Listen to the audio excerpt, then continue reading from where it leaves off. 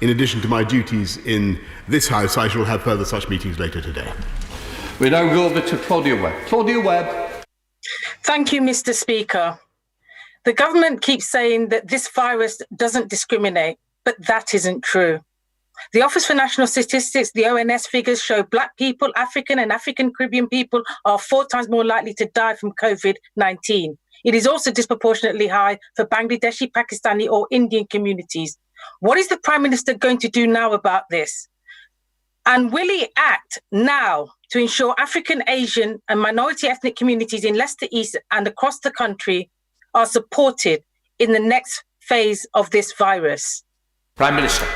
Yes, Mr. Speaker, as the Honourable Lady may know, we are looking at all the comorbidities associated with coronavirus, all the reasons why people may be disproportionately affected, and a rapid review is now being conducted by Professor Fenton, who will report at the end of the month about particularly vulnerable groups, and we will be taking steps to ensure that they are protected where that is appropriate.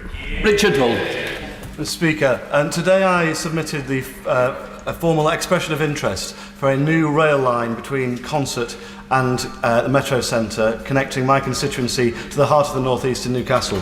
As part of the Levelling Up agenda, can I ask the Prime Minister for his support in this scheme, as my constituents have supported him and me?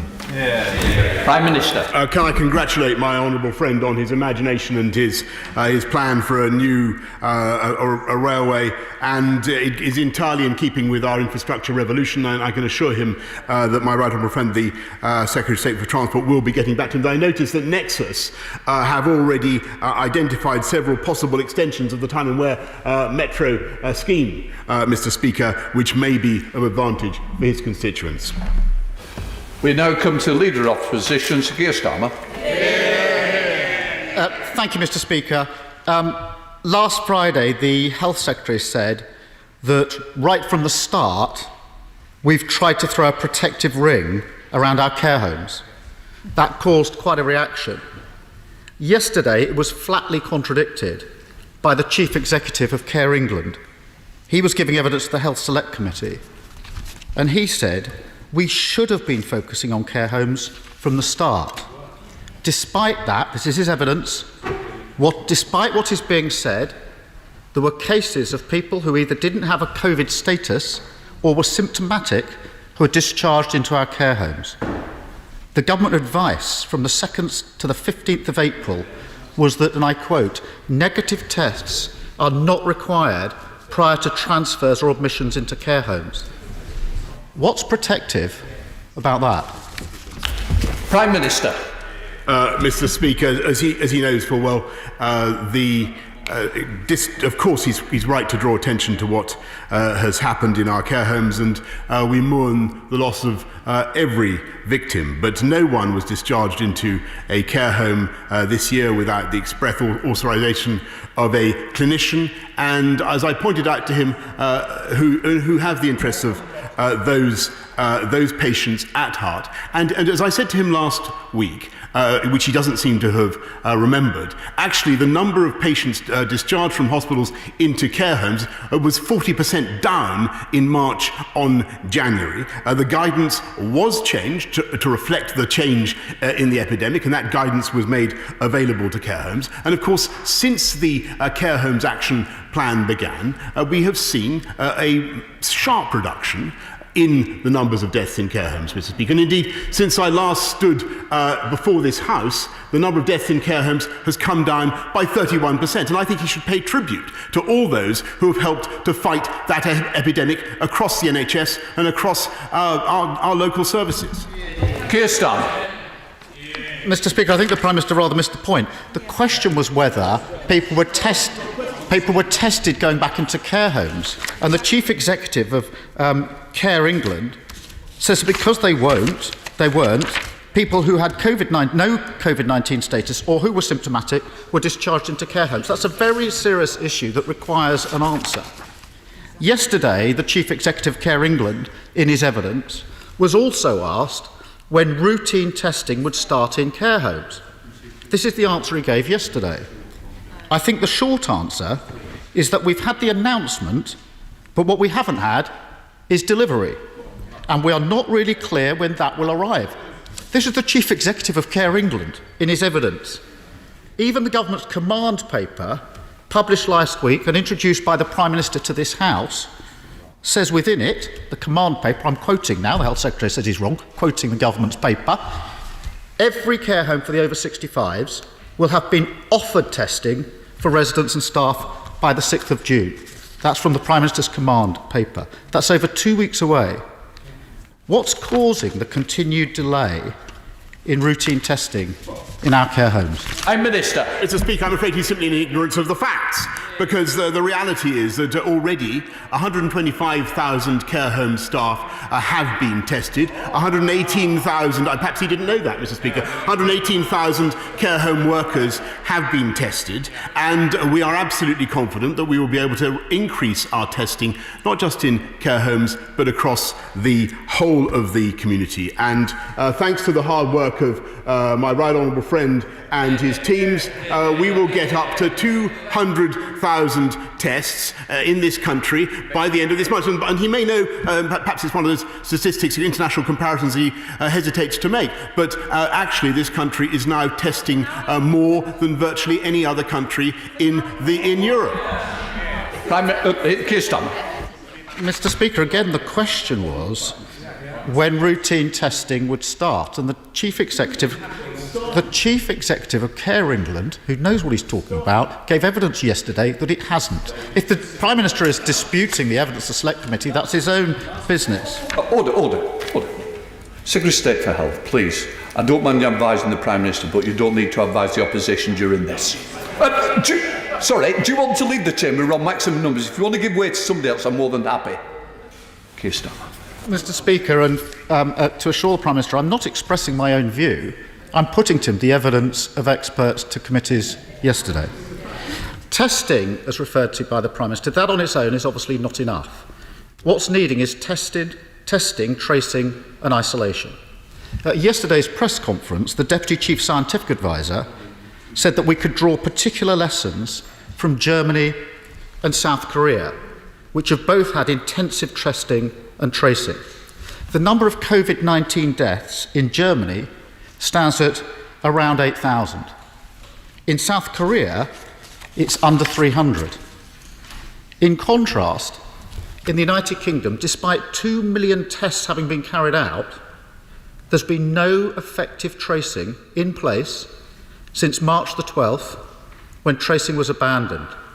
That's nearly 10 weeks in a critical period without effective tracing.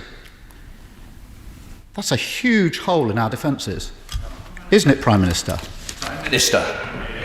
Mr. Speaker, I must say that I find it peculiar, because I've given the right honourable gentleman repeated briefings on this matter and many others. He's perfectly aware of the situation in the UK as regards testing and tracing in early March. It's been explained many times to him and to the House. But what I can tell him, and I think his sort of feigned ignorance really doesn't come very well, but what I can tell him is that today I am confident that we will have a test and trace operation that will enable us, if all the other conditions are satisfied, and it is entirely provisional, that will enable us to make progress. And I can tell him also that by the 1st of June, already we've recruited 24,000 trackers, and by the 1st of June we will have 25,000. They will be capable of tracking the contacts of 10,000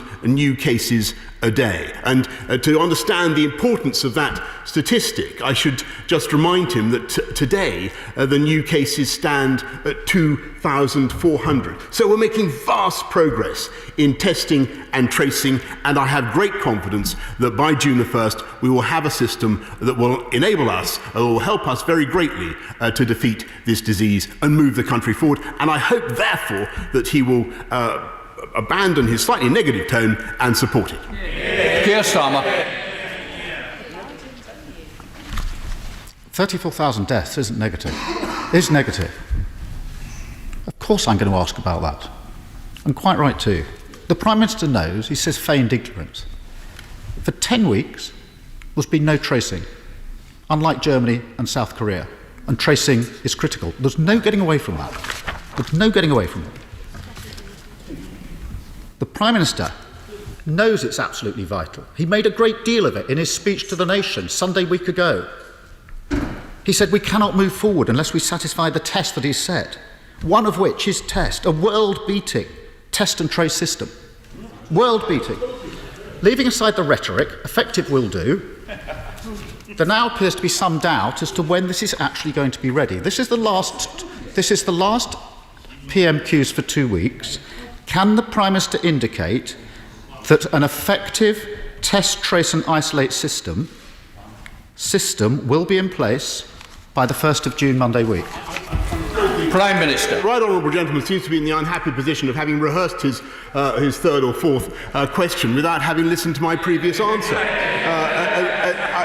I've a brilliant forensic mind, though he doubtless is. What he has heard is that we have a growing confidence that we will have a test, track and trace operation that will be world-beating, and yes, it will be in place. It will be in place by June the 1st. And just to repeat the figure, since he's invited me to do so, there will be 25,000 trackers. They will be able to cope with 10,000 new cases a day. And that's very, very important, because currently new cases are running at about 2,500 a day. They'll be able to trace the contacts of those new cases and to stop the disease spreading. And what I hope very much is that, notwithstanding the occasional difficulty of these exchanges, and I totally appreciate the role that he has to fulfill, that he will support us as we go forward, that he will be positive about this test, track and trace operation,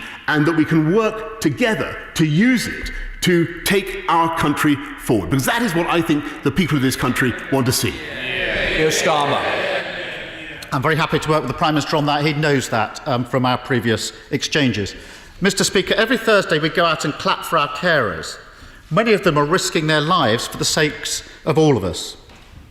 Does the Prime Minister think that it's right that care workers coming from abroad and working on our front line should have to pay a surcharge of hundreds, sometimes thousands of pounds to use the NHS themselves?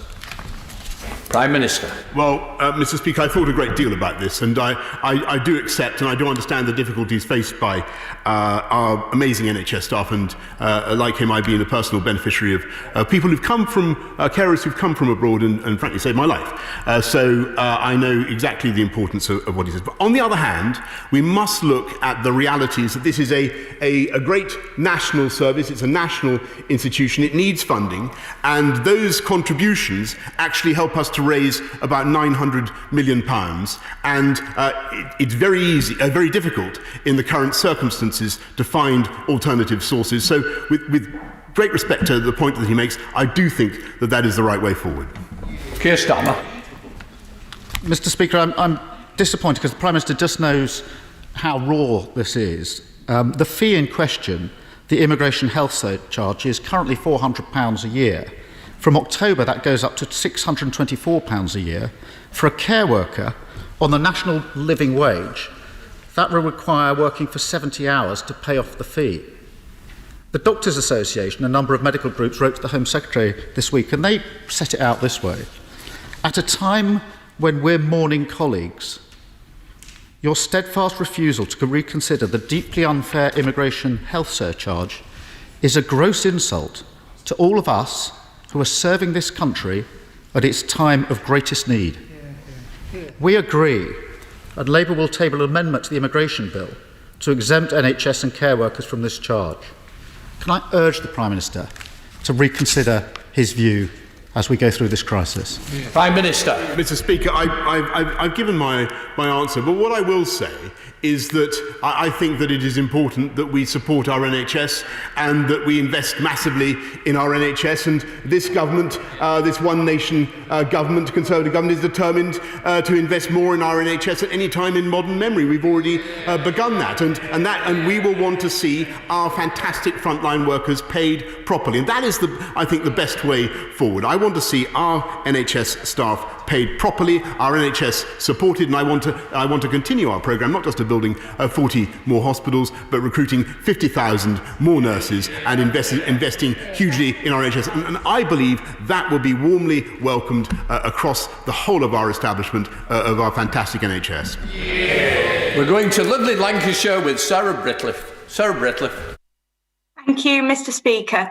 Looking at the economic recovery process, I'm sure the Prime Minister will join me in thanking CELRAT for the continuous campaign to reopen the Skipton to Colne railway line, of which it's been confirmed that plans will be moving forward.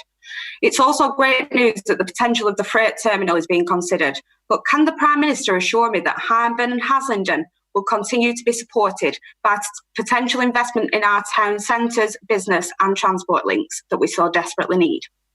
Minister. Indeed, I can, Mr. Speaker. I'm grateful to my honourable from Hyndburn and Haslingden will indeed continue to receive funding for their town centres. Indeed, the High Streets Task Force will be increasing that support, in addition to 118 kilometres of safe new green cycleways, and thanks to the Lancashire Local Growth Fund, for which I know she has also campaigned. We go to the Leader of the SNP, Ian Blackford. He's rather dark today. Thank you, Mr. Speaker. Our thoughts this morning are with communities in India and Bangladesh in dealing with the landfall of Super Cyclone Amphan. I'm sure the government will be monitoring the situation and will seek to give all necessary support. Mr. Speaker, every week, members of this government applaud our truly heroic NHS and care staff. They have been on the front line of this pandemic, regardless of whether they were born here or born elsewhere. Indeed, the Prime Minister has thanked the nurses who cared for him, who were from New Zealand and from Portugal. Mr. Speaker, the UK has the highest number of deaths in Europe, and without their sacrifice, we would be facing something much, much worse. Now, I know the Leader of the Opposition has already asked the Prime Minister about overseas care workers, but on Monday, the Prime Minister ordered his MPs to vote for an immigration bill that defines many in the NHS and care sector as low-skilled workers. Given their sacrifice, Prime Minister, is he not embarrassed that this is how his government chooses to treat NHS and care workers? Minister. Mr. Speaker, this is a government that values immensely the work of everybody in our National Health Service, in our care workers, and across the whole community. And I can tell him that the reason for having an immigration bill of the kind that we are is not to keep out people who can help in our NHS. On the contrary, we want an immigration system that works for the people of this country and works for our NHS. And I think what the people of this country want to see is an immigration system where we control it and we understand it and we are able to direct it according to the needs of our NHS and the needs of our economy. And that's what we are putting in place. And I know it's rejected by the right honourable gentleman opposite, and indeed by himself, but it is the right way forward. Returning to Ian Blackford. Ian Blackford. Mr. Speaker, the harsh reality is that the Prime Minister doesn't even pay NHS and care staff the real living wage, and he wants to block many of them from working here at all. We need an immigration system that is fit for purpose. The Home Secretary and the Prime Minister seem hell-bent on implementing a purely ideological immigration policy with no basis in fairness or economics. This government has talked about giving back to our NHS and care staff. Well, it's time for the Prime Minister to deliver.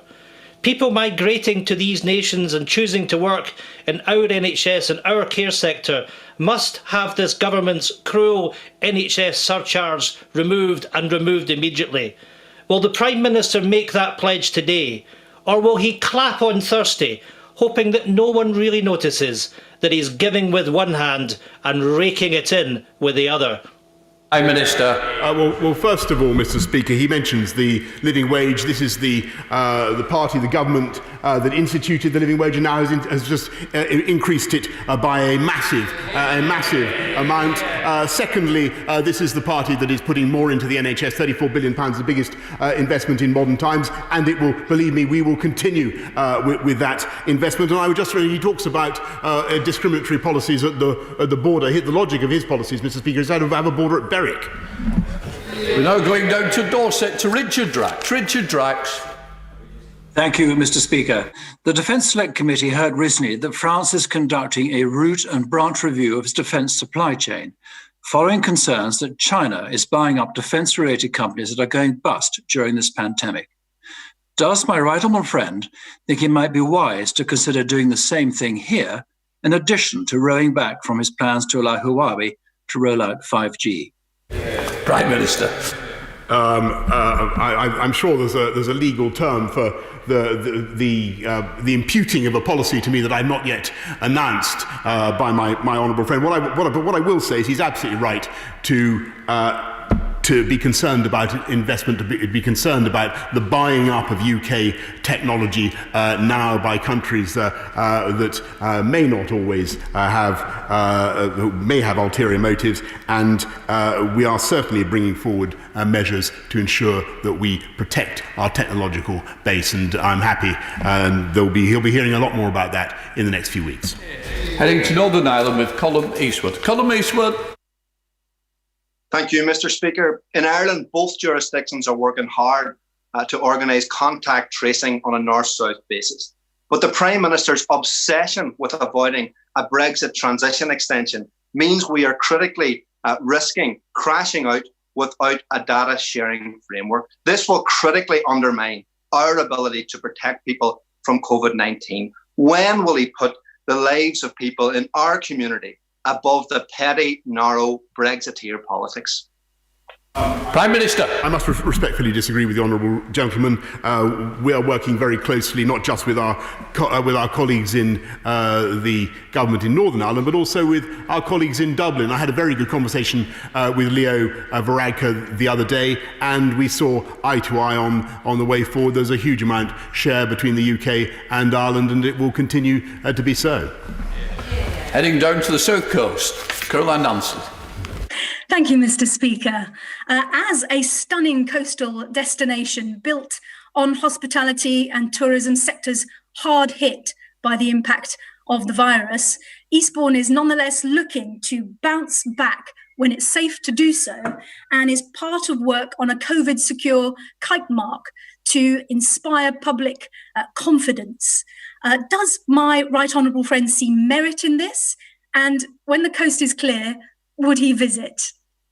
Prime Minister. I'm sure the coast is always clear at Eastbourne. I will do my utmost to get there as soon as I can within the social distancing rules that we must all observe. But her idea of, I think, we'll look at the kite mark idea. I think the best I can say is that she's a fantastic champion for Eastbourne and its attractions, and I look forward to supporting her in any way that I can. Rosie Duffy. Thank you, Mr. Speaker. Women make up the vast majority of the workforce in our NHS, social care sector and our schools. However, there's only a handful of women on the SAGE committee, and only one woman in the Cabinet has led the Downing Street briefing in the last 8 weeks on a very few occasions. Does the Prime Minister agree with me, as the chair of the largest group of female MPs in this House, that we need a change of tone and more female voices at the top of government to reflect the majority of the UK population, almost 52% of whom are in fact women? And if not, why not? Minister.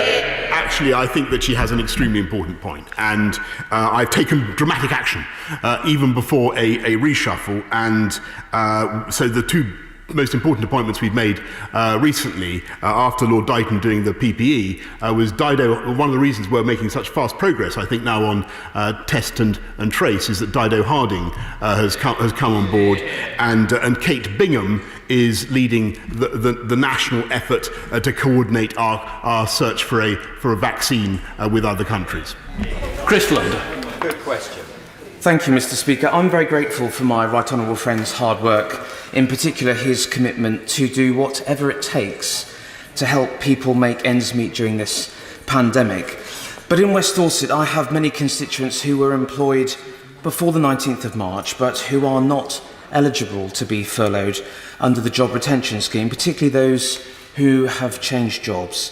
So can I ask my right honourable friend to look at this area again to see, please, what he can do to help those who have slipped through the net and those who have no financial support at this time? Prime Minister.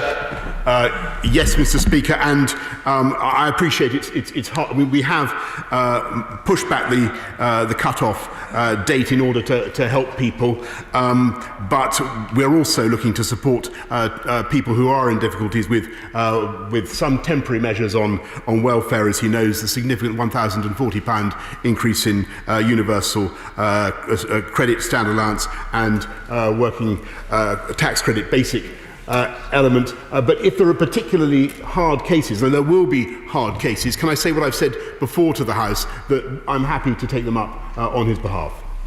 We're to north of the border with Alan Dorrans. Alan Dorrans. Thank you, Mr. Speaker. Will the Prime Minister condemn or condone the reckless behaviour of the Secretary of State for Scotland for making a round trip of almost 700 miles to be physically in the chamber today, in clear breach of the guidance of the Scottish Government to stay home, protect the NHS and save lives, when he would easily have taken part in the proceedings virtually from the safety of his home? Condemn or condone, Prime Minister? Minister. What I can say is no, Mr. Speaker. I won't, and I think that the Secretary of State of Scotland does an admirable job. Going over to Tom Randall. Tom Randall. Thank you, Mr. Speaker. My constituent Elizabeth Gould has proposed the creation of a medal for NHS workers and others to recognise their distinguished service in their work against coronavirus. I think this idea has merit. Will my right honourable friend consider a medal or other accolade in the fullness of time for those who have gone above and beyond in the last few months? Prime Minister.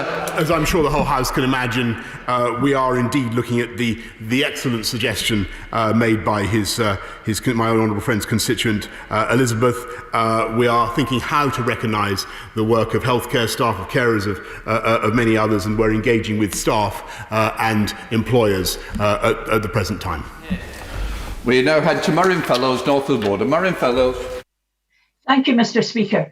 A senior government figure told the Sunday Times reporter that the UK government will end the job retention scheme even if the Scottish government decides to continue with the lockdown to save lives in Scotland. This would be an act from the UK government to undermine devolution and the Scottish Parliament by slashing incomes to force Scots back to work when it's potentially unsafe. Will the Prime Minister agree to extend the job retention scheme in Scotland for the length of time Scotland's government and Parliament deem a lockdown necessary? Prime Minister. Well, Mr. Speaker, perhaps I can just say that I continue to be very happy with the level of cooperation, in spite of what you sometimes hear in this chamber, the level of cooperation between the governments of all four nations, particularly Scotland. I just remind her, of course, that Scotland has benefited from about £1 billion of coronavirus funding in the last period, £3 billion, and we'll get about £3 billion overall, which is perhaps a material consideration on which she might like to reflect. Lucy Allen. Thank you, Mr. Speaker. Unemployment in the under 24 age group has already doubled in Telford compared to this time last year, and it's clear that the aftermath of the pandemic will hit our young people hardest, with disruption to education and training as well as job losses. I know that my right honourable friend is passionate about opportunities for young people, particularly in areas such as Telford, which have suffered disproportionately in previous recessions. Will he ensure that the recovery strategy focuses on young people and equipping them with the skills they need to survive in a post-pandemic economy and indeed thrive in the longer term? Prime Minister. She's absolutely right to speak up for the young people of Telford and their immense potential, and that's why we'll be supporting her and them with a new national skills fund worth £2.5 billion, so that young people can be at the very forefront of our effort to come out of this epidemic. That's the end of PMQs. Before the urgent question, I should say that I plan to allow a statement by the Chancellor of the Duchy of Lancaster on the UK's approach to Northern Ireland Protocol as part of the scrutiny proceedings. I will allow less time for the urgent question and the business statement in consequence. We now come to the urgent question to the Leader of the House. I will end the urgent question at 12:55. I call the Leader of the House, Mr Jacob Mogg, to answer the urgent question from Alistair Carmichael as on the order paper. The Leader of the House should speak for no more than 3 minutes. Leader of the House. Mr Speaker, may I first recognise your commitment to ensuring the House operates as fully as it can while adhering to guidance from Public Health England. Your dedication and that of the House clerks and digital team has been instrumental in establishing the hybrid proceedings that allowed us to return after Easter. But, Mr Speaker, as you have always agreed, the present arrangements were only ever envisaged as temporary because they fundamentally restrict the House's ability to perform its functions fully. Complaints about our debate becoming stilted, scripted affairs are one thing, and the impact on legislative scrutiny is another. Under the hybrid proceedings, the time this House is able to spend debating legislation faces being cut by around 2/3. I am sure all members will agree that each and every one of the 36 bills put forward by the government in the Queen's speech deserves the proper level of scrutiny. We have to recognise that if we persist with the present arrangements, it will become harder to make progress in a timely fashion.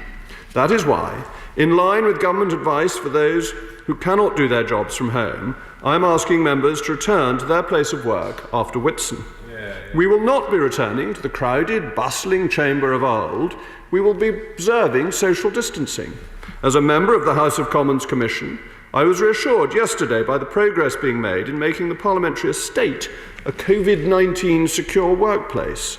This work has been expertly led by Marianne Sinarski, the Head of Governance and Central Services, and I particularly commend her for her efforts to ensure that staff already coming in to work in the Palace have the support they need. Only yesterday, Mr Speaker, you organised the test of a new system for divisions that will ensure members can vote whilst remaining 6 feet apart.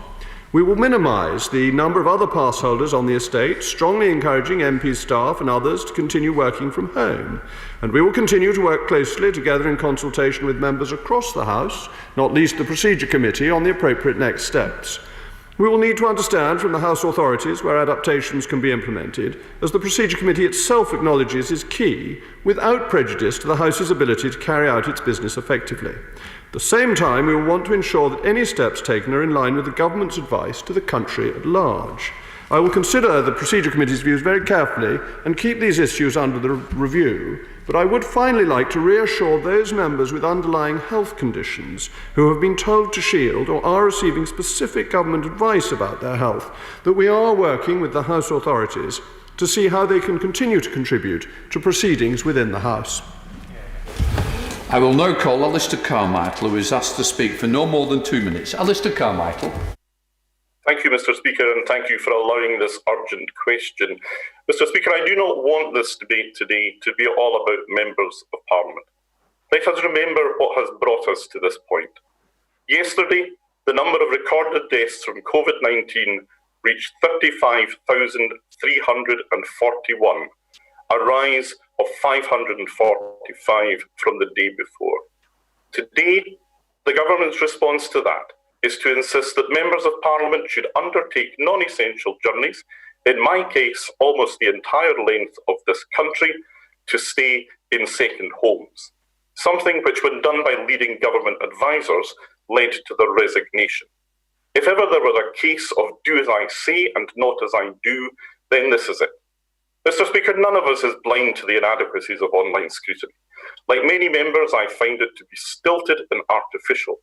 But if it is a choice between that and putting the safety of members, their families and the staff of this House at risk, then that is no choice at all, and it should end only when it is safe to do so, and safe for all members, not just those who live within driving distance of Westminster. As trade union representatives explained to the Commission yesterday, the House of Commons is supported by approximately 3,000 employees. Is the leader really satisfied that we can bring MPs back on the 2nd of June while discharging our duty of care towards them? How many of them will be able to return to work without risk to themselves or those with whom they live. It is widely reported that the motivation for this over-hasty return is to get a support act behind the Prime Minister on Wednesday afternoons. It's even reported today that the leader yesterday suggested to the Commons Commission that to get more MPs in, perspex screens should be installed between the benches between members. Someone has obviously told him how things are being done in Tesco these days. Mr. Speaker, we have demonstrated in recent weeks that the business of this House can be done from behind a screen, as we do right now, from behind a computer screen, not from behind a screen of perspex, the only purpose of which is to shield the government from scrutiny and the Prime Minister from ridicule. The Leader of the House must think again. Leader of the House. Mr. Speaker, the point the right honourable gentleman was making about Prime Minister's questions is a fundamentally trivial one and beneath him, and therefore I shall ignore it. And I am very sorry that the right honourable gentleman doesn't think that proper scrutiny of the government is an essential task in a democracy.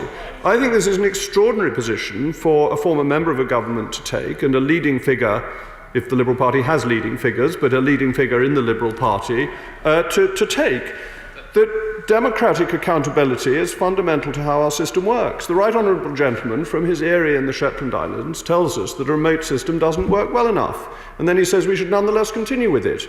I think we have a duty of members of Parliament to return to doing our work thoroughly and properly and effectively, and that is what we will do in line with the government advice and the 5 tests and ensuring a safe working environment.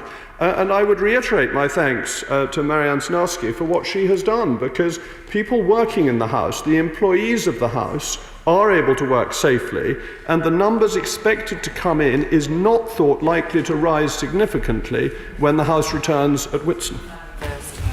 We've just lost the next member, so I'm going to go straight to Valerie Valls. Thank you, Mr. Speaker. Can I thank the honourable member for Orkney and Shetland and you, Mr. Speaker, for granting this urgent question. I just want to say to the Leader of the House that was a fantastic performance last week about democracy and parliamentary sovereignty. It was all style and no substance. If this wasn't so serious, I would have nominated him for a BAFTA.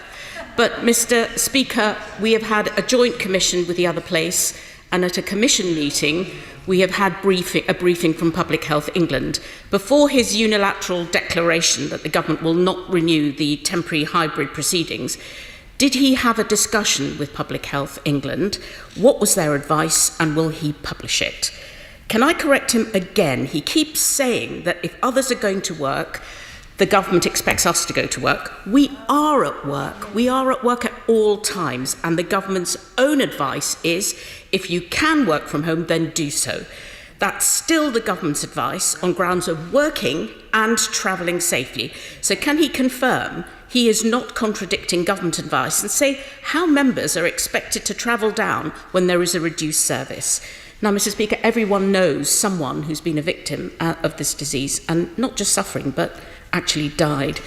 This isn't a bounce-back virus, as the Prime Minister said, or the survival of the fittest. We have a diverse workforce and the community in our community here, which we encourage. So what risk assessment has he asked to be made to ensure that members and the extra House staff required for return can return safely? Can the Leader confirm that on returning to physical-only proceedings, that proper social distancing measures have been worked out and are sustainable in the chamber? And what was the extra waiting time for voting at the practice voting? This is not, Mr. Speaker, a battle of government good and everyone else bad, of shirkers versus workers, as some ministers have said. This is about Parliament being a good model employer. We need a phased return, not to overpower the NHS or overpower House staff, where everyone can be safe. And finally, can the Leader confirm that the parliamentary estate is COVID-free? And does he agree with the scientific advice that it is about observed levels of infection and not about a fixed date? Leader of the House. Mr. Speaker, most of those questions were actually answered at the Commission that we had on Tuesday, which the Right Honourable Lady is a member of, but unfortunately may not because of a dodgy connection, we could hardly hear her during the proceedings of the Commission, and perhaps she couldn't hear all the points that were made, because we had reassurance from the House authorities that, yes, this will be a COVID-19 secure workplace by the time we come back after the Whitsun recess, that a risk assessment has been carried out by the parliamentary authorities, and the enormous steps that are being taken to help and to assist parliamentary staff. So what is the House doing? Well, there is extra cleaning going on. These same mechanisms will be used to clean pads as are used on the London Underground to try and ensure that there is safety that the congestion charge is being paid for members of staff so that they can drive in, and the parking under Abingdon Gardens is being made available.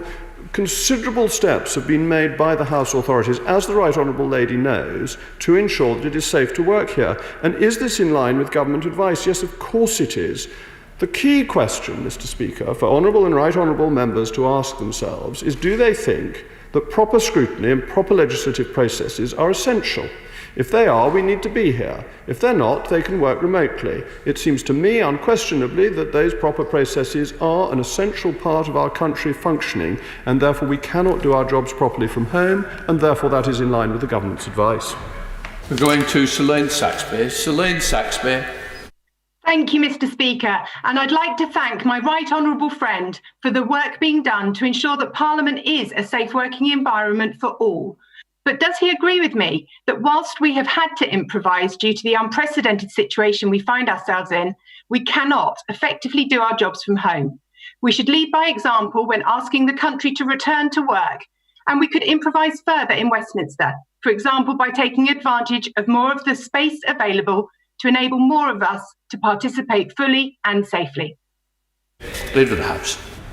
Thank you, Mr. Speaker. The government's advice is clear: work from home if you can. But what I and many others have increasingly realised is that this House cannot work effectively without meeting physically. Take last week, for example. No debates on secondary legislation, no public bill committees, no delegated legislation committees. Compare that to a fairly standard and not particularly busy physical sitting week, such as the week commencing the 2nd of March. That week, the Commons considered the stages of 4 bills instead of 1, and 9 SIs instead of none. In addition to chamber time, the House held 7 delegated legislation committees and 4 public bill committee meetings. I therefore very much welcome my honourable friend's valuable point that MPs' work is absolutely essential, and indeed that we cannot do it from home. I will now call Thomas Shepherd, the SNP spokesperson, who is asked to speak for no more than 1 minute. Thomas Shepherd. Thank you, Mr. Speaker. The position taken by the Leader of the House is reckless, cavalier, and downright dangerous. Surely it is his job to make sure that elected members can represent the views of their constituents. Yet he now proposes to force members to make a choice between standing up for those who elected them and putting their own health and the health of others at risk. The Leader talks of an ancient right to enter Parliament. But what good is that right if it cannot be executed without endangering the lives of one's family and constituents? Switching off the computer and barring members from participating online will reduce the ability of members of Parliament to scrutinise the government. It is simply Orwellian to pretend that it will enhance it. Moreover, this will not affect everyone equally. Those who are older and suffer ill health will be disproportionately affected, as will those who live farthest away. So can I ask, has he undertaken an equalities assessment of this proposal, and does he think that removing the existing arrangements is compatible with the laws on equality of treatment of persons in the United Kingdom? Mr. Speaker, may I draw the honourable gentleman's attention to some remarks I made some moments ago when I said I would like to reassure those members with underlying health conditions who have been told to shield or are receiving specific government advice about their health that we are working with the House authorities to see how they can continue to contribute to proceedings within the House. And we recognise the importance of that, but we also recognise the need for business to continue. I understand that the Parliament in Holyrood is still meeting. They were the third of members turning up, moving all over Scotland to get there. So I slightly think what is sauce for the goose is sauce for the gander. We go to Bill Esterson. Bill Esterson. If the Speaker of the House thinks this is safe, He's trying to kid everyone and he's fooling no one. It's the members of Parliament who have underlying health conditions. It's those over 70 who absolutely should not be going anywhere. It's those of us who have family members with underlying health conditions. And it's our staff who have those same challenges to face as well. How on earth, with so many members with underlying health conditions, age, or family members who are at risk, can this possibly be right? Can it possibly be democratic? And can possibly our constituents all be represented properly? I presume it means the leader, not the speaker. Indeed, Mr. Speaker. Well, you did say speaker, not leader. Leader of the House. Thank you, Mr. Speaker. I think the issue is that members of staff of MPs do not need to come in. They clearly can carry on working from home. There is no change there. Numbers coming onto the estate will be limited. But what I would say to the honourable gentleman is that we are facing exactly the same issues as other workplaces where working from home is not good enough. These are not unique to us. We are in the same situation as the rest of the nation. And we shouldn't think that members of Parliament are some special priestly caste who must be treated differently. We should stand with our own constituents. Going to Chris Grayling. Chris Grayling. Thank you, Mr. Speaker. Can I welcome the comments of the Leader of the House? It is very clear to me that though the House authorities have done a fantastic job in seeing us through the last few weeks, this is not a sustainable way to run Parliament in the future. But I seek my right honourable friend's reassurance that this model, which some people seem to think can be a model for the future, will not now be applied to projects like restoration and renewal, which in my view would again create a situation where Parliament simply could not function properly. Leader of the House.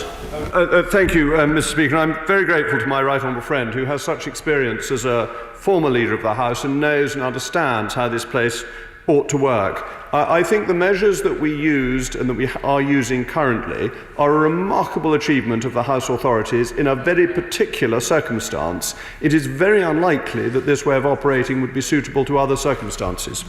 Going to Liz Twist. Liz Twist. Thank you, Mr. Speaker. Just like our communities, this House is made up of people with a range of different situations, following government advice and Public Health England advice, shielding, self-isolating or with child or elder care responsibilities arising from these unique COVID circumstances, yet continuing to represent their constituents, though they can't be here in person. So can the Leader of the House tell us what arrangements will be in place to make sure that all members can continue to take part fully in the work of Parliament in person or virtually? Leader of the House. Mr. Speaker, I'm grateful to the honourable lady, and the point she raises is a very serious one and one that is being considered by both my office and by the House more generally, and there are discussions that will continue over Whitsun to try and work out how those people receiving specific medical advice or being instructed to shield may be helped to participate in proceedings once we return, and how the technology may work with regard to that. But the importance of the point is one that we understand. We go to Kate Griffiths. Kate Griffiths. Thank you, Mr. Speaker. I welcome the commitment from the Leader of the House to ensure those members who are vulnerable will not be disadvantaged and will be able to continue to represent their constituents in the House.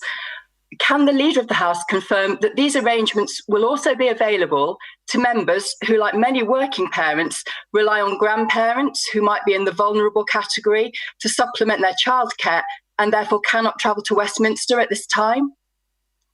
Leader of the House. Mr. Speaker, we are listening, obviously, to the representations people are making about the difficulties that they face with regard to attending the House, and the Procedure Committee has looked at a number of these issues and written to you, Mr. Speaker, in relation to return to physical proceedings, and I've had representations from a number of members. But the reality is that Parliament is most effective when it meets physically. The hybrid parliamentary proceedings have only allowed a small proportion of Parliament's functionality to take place, and they have limited, as we see in this session with members being cut off, they have limited the ability of members to represent their constituencies across the country. But what we will do is return physically in a way advised and properly orchestrated and organised in accordance with the recommendations from the government and indeed from the House of Commons authorities. And Public Health England. Gavin Robinson. Thank you very much, Mr. Speaker, and I'm grateful to be called in this urgent question. I am thankful to the Leader of the House, as I know he recognises that we all have an equal duty to represent our constituents. But the travel to and from Westminster is not equal for us all. Indeed, a plane from Belfast is not as socially distant as we would like. So I would ask the Leader of the House to consider the most vexatious issue, the most difficult issue to solve, which will be voting, and whether remote voting can continue, given that the ability to travel to and from Westminster from Northern Ireland is severely constrained with less than 2 planes per day, when ordinarily there would have been over 20 from Northern Ireland to London. Leader of the House. Thank you, Mr. Speaker. The issue with voting, as you yourself have made clear, Mr. Speaker, is that we can run one system or the other, that the two systems are not compatible, and we are looking to a physical return of the House and therefore to have physical voting. And I think that is important, an important way of getting back to being a normal Parliament with all the benefits that come from having physical voting. We're now going to try and reconnect Karen Bradley, Chair of Procedure. Karen Bradley. Thank you very much, Mr. Speaker. I'm audio only, I'm afraid. But can I thank my right honourable friend for his answer? And can I also say that I firmly believe, as Chair of the Procedure Committee, that the House should be allowed to have its say on these changes. And it is important that an opportunity is given for the House to do that. Could I ask the Leader of the House, though, if he can reflect on the resolution that the House passed on the 21st of April, which stays in place while Public Health England advice remains, and which allows for both virtual participation and for parity of treatment for all members. Could I ask the Leader, is he intending to amend or rescind that resolution, or does he believe it no longer applies? Leader of the House. Thank you, Mr. Speaker. And can I thank my right honourable friend for the invaluable work she and her committee have been doing and the suggestions that they have come forward with as to how we make the hybrid work and how we get back to a real Parliament. And we see in her absence the difficulties with a hybrid Parliament, that I'm glad that the technology was able to reconnect her in voice only, but being here in the flesh does have advantages. As regards the motion of the House stands, but it requires subsidiary motions for which will lapse to allow it to be effective. And of course the government takes motions of the House very seriously and ensures and wishes to ensure that the details of motions of the House are reflected in the way that the House operates, though sometimes these are more matters for Mr. Speaker than they are for the Leader of the House. We're going to Jill Gideon. Jill Gideon. Thank you, Mr. Speaker. I'm very pleased to hear that the Leader of the House has announced measures are going to be considered to protect the MPs who have been shielding or carrying out caring responsibilities of vulnerable family members who are at high risk of coronavirus. Can I ask my right honourable friend if we can be advised of what the new measures will be in advance of people making the decision as to whether they can come back early or not? Leader of the House.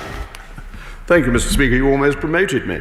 I will continue, as will others across the House, to listen and to reflect on the views of honourable and right honourable members from across the House. Yesterday afternoon, the Procedure Committee wrote to me and the Speaker to set out its views on how we should return to physical proceedings.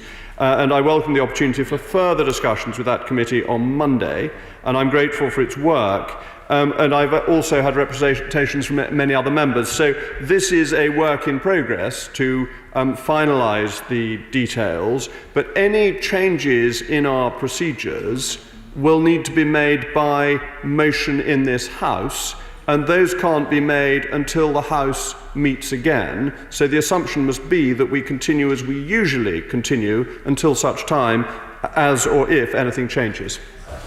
We'll have to be very quick. Steve Bonner, last. Thank you, Mr. Speaker. Across Scotland, we are dissuading people from travelling large distances for fear of spreading the virus further and overloading rural communities. Does the leader understand there is real concerns beyond threatening the safety of MPs that by removing votes unless we are physically present, insisting we return to that place, this will undoubtedly undermine the public safety message, and that has been key to preventing even wider spread of the COVID in our communities? Thank you. Leader of the House.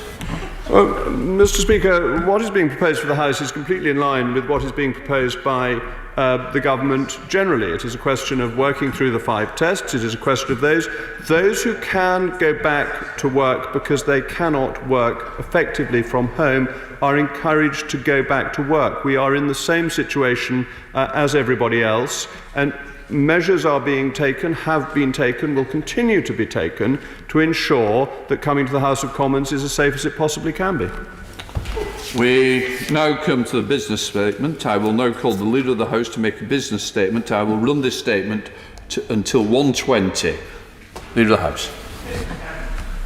Mr. Speaker, the business for the week commencing the 1st of June will include Monday, the 1st of June, the House will not be sitting. Tuesday, the 2nd of June, second reading of the Parliamentary Constituencies Bill. Wednesday, the 3rd of June, consideration of a business of the House motion, followed by all stages of the Corporate Insolvency and Governance Bill. Thursday, the 4th of June, remaining stages of the Sentencing Pre-Consolidation Amendments Bill, Lords, followed by a debate on a motion relating to the EU's mandate for negotiating a new partnership with the UK. Friday, the 5th of June, the House will not be sitting. Now call Valerie Valls with up to 5 minutes. Valerie Valls. Thank you, Mr. Speaker, and can I thank the Leader for the business statement. And there we are. We're sitting up until Thursday with a hybrid virtual Parliament, so it can be done. But I just wanted to ask the Leader to start with, can he ensure that the government makes a statement on the guidance of people returning to work on the first day back, people returning to work here safely on the first day back? So the advice from the scientists is that lockdown should not be eased until track and trace is in place, and that observed levels of infection, that we look at the observed levels of infection and not just the fixed date. But does he agree that even the testing hasn't been got right, and that the government have extended it? Can the Leader say whether there are enough home tests for the House and whether there are enough masks that will be available? And I too here want to pay tribute to Marianne Snarsky and everybody on the House staff who has worked so hard to keep us safe. But like the Leader's outburst last week, that came with no consultation. What our teachers want is a discussion, time to prepare. They've had a confused message because the BMA have said the children are not safe to go back. Let's remember that teachers have been at work looking after our children now, looking after key workers' children. They are the best people to say whether they're ready or not. And the government can't compare this country to Denmark because Denmark haven't had as many deaths as we have had here. So what advice has the government given to teachers, particularly on the inflammatory disease that is affecting children? And given there was a poll of almost 30,000 members of the NASUWT, which found just 5% said the schools were safe to return, 81% of parents said they don't want to send their children back. Can we have an urgent statement from the Education Secretary when we return on the evidence that it was safe for children to return, given that a member of SAGE told the House of Lords Science Committee that the decision about schools was political and not based on science? Yesterday we voted on the second reading of the immigration bill, which contains swathes of Henry VIII powers. Now, the Leader is a believer of parliamentary sovereignty and parliamentary democracy. I wonder if he could say if that's appropriate. But could he give a guarantee that any SIs that are prayed against by the opposition, that there will be time, in government time, for a debate? Now, Mr. Speaker, we clap our care workers into the NHS. With this immigration bill, the government is effectively clapping them out of the country. Now, my constituent is the general manager of a small and medium-sized enterprise employing 65 people. They actually indirectly support the NHS for the Nightingale hospitals, and they manufacture valuable items that people need quickly. They've had a 5-week wait and their bankers refused them a loan, just 20%. They are a profitable company. They and many other businesses are struggling to find a way to stay open. Could I urge the leader, if I can forward details onto him, could he take this up with the Chancellor, please? And last week I asked about dentists. Could he follow up with the Secretary of State? It was mentioned in the House on Monday, but we didn't get a response. The regulatory body to check PPE for dentists returning, and again, they're a small business hoping to help our country return back to normal. There is an issue about their PPE. Could he ensure that major PPE companies fast-track, and this is a powered air filtered PPE face masks, particular to dentistry? We haven't had an answer on that. They can get back to work and protect our constituents, some of whom I think are having to pull out their own teeth. But I want to thank him last week for the response he gave me on Nazanin and Anousheh.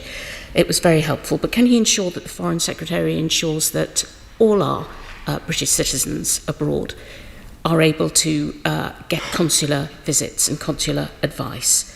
No one is asking for a fanfare when the ambassador visits, but we just want him to visit Nazanin, Anousheh and Kylie, and at this time they deserve clemency, and he will know it's an important day for them today. But I want to remind all honourable members to light a candle for all of them today. And finally, Mr. Speaker, it is Epilepsy Week, and thank you for your statement on Mental Health Week. It was very helpful.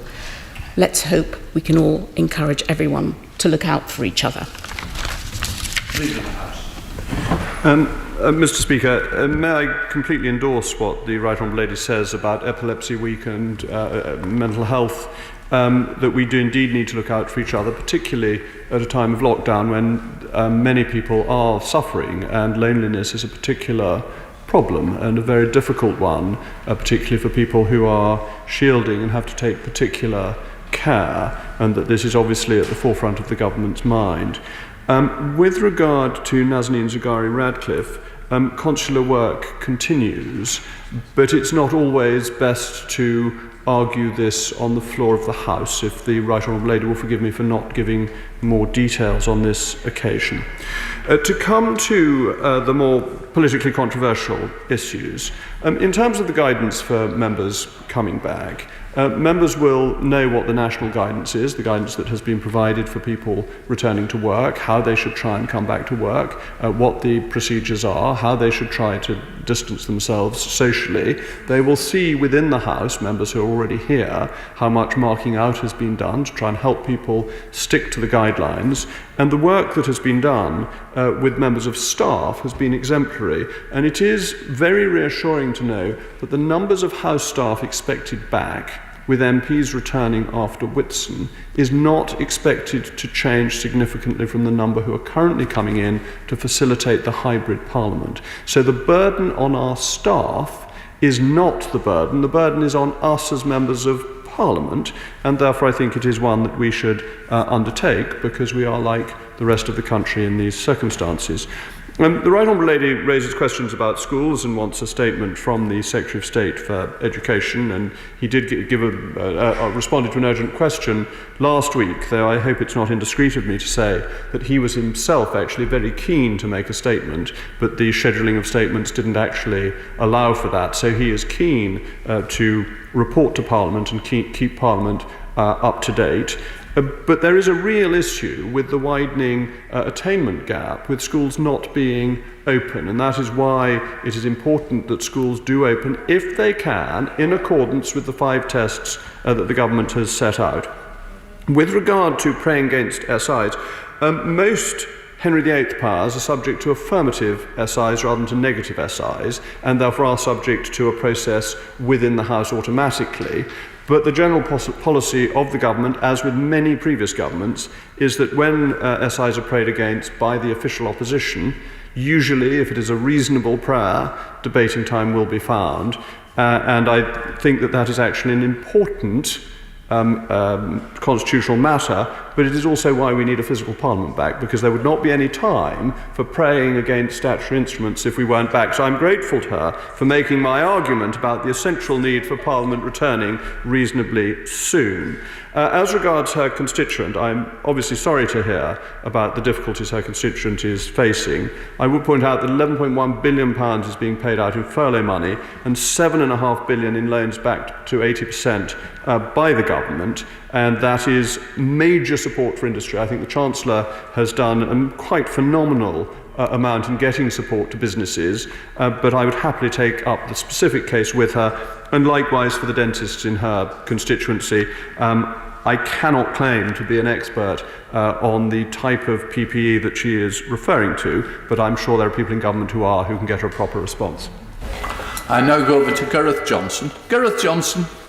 Thank you, Mr. Speaker. Mr. Speaker, during this lockdown, we have seen numerous cases of broadcast media interviewing people in a manner that suggests they are independent experts, whereas they are in fact partisan political activists. This, of course, culminated in the notorious Panorama programme last month, but there are many other examples. Can we therefore have a debate on the guidelines that broadcasters are meant to use so as to provide their viewers with an informed picture of what they're actually watching? Leader of the House. Mr. Speaker, my honourable friend makes a really very important point, and I know that my right honourable friend, the Secretary of State for Digital, Culture, Media and Sport, has written to the BBC asking for an explanation about that Panorama programme, which seemed to have communists in the background giving advice to how the programme was structured. I didn't realise there were any communists left in this country, but the BBC managed to dredge them up. And he's absolutely right to ask for a debate. Well, the right honourable lady heckles, Mr. Speaker. So unlike her, the right honourable ladies normally say ladylike doesn't heckle, but I would say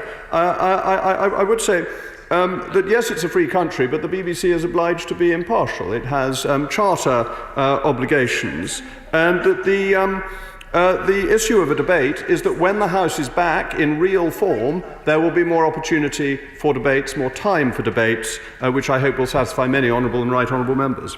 We now go to the SNP spokesperson, Thomas Shepherd, who's up to 2 minutes. Thomas Shepherd. Thank you, Mr. Speaker. Let me take up where I left off 25 minutes ago. I have still not had an answer as to whether the leader believes his proposals for Parliament's return are compatible with the equalities legislation of the United Kingdom, and I would like him to comment on that matter. But I have two further points, Mr. Speaker. The first is that we are told that Public Health England will again inspect the building during recess and advise on whether and how